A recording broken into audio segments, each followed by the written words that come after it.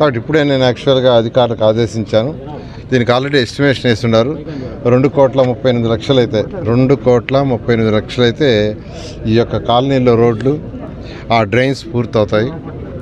వాటిని ఇమీడియట్గా ఎస్టిమేషన్ ఇచ్చేసి ఇమీడియట్గా 100 డేస్లో కంప్లీట్ చేయమని యాక్చువల్గా అధికారులకు ఆదేశించాను. వాళ్ళు ఎస్టిమేషన్ వేస్తున్నారు. ఇమీడియట్గా టెండర్లు పిలుస్తారు. టెండర్లు పిలిచిన తర్వాత వెంటనే వర్క్ స్టార్ట్ చేసి 100 డేస్లో కంప్లీట్ చేయడం జరుగుతుంది.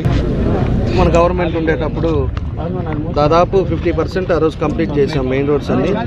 ఈ ఎండ్ పార్ట్ ఇంకా కూడా కంప్లీట్ అవ్వకుండా మేము మన ఎలక్షన్కి వచ్చినప్పుడు కూడా ఈ 5 సంవత్సరాలు ఈ వైఎస్ఆర్ ప్రభుత్వం ఉండేటప్పుడు ఒకరు కూడా పట్టించుకోలేకపోవడం, దానివల్ల ఎలక్షన్లో కూడా బురదలో నడవటం, ఇక్కడ ఉండే వాళ్ళంతా కూడా చాలాసార్లు కూడా చెప్పడం కూడా జరిగింది.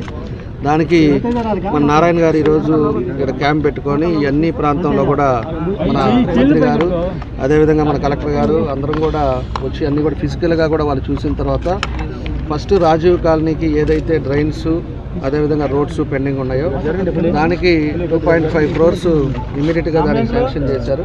అది ఇమీడియట్గా 2-3 రోజుల్లోనే టెండర్గా పిలిచి వితిన్ 100 days లోపల ఈ రాజీవ్ కాలనీలో సిమెంట్ రోడ్స్ డ్రైన్స్ అన్నీ కూడా పూర్తిగా కంప్లీట్ అయ్యేటట్టుగా ఈ కాలనీకి అయిపోవటం జరుగుతుందని చెప్పి కూడా తెలియజేస్తున్నాం.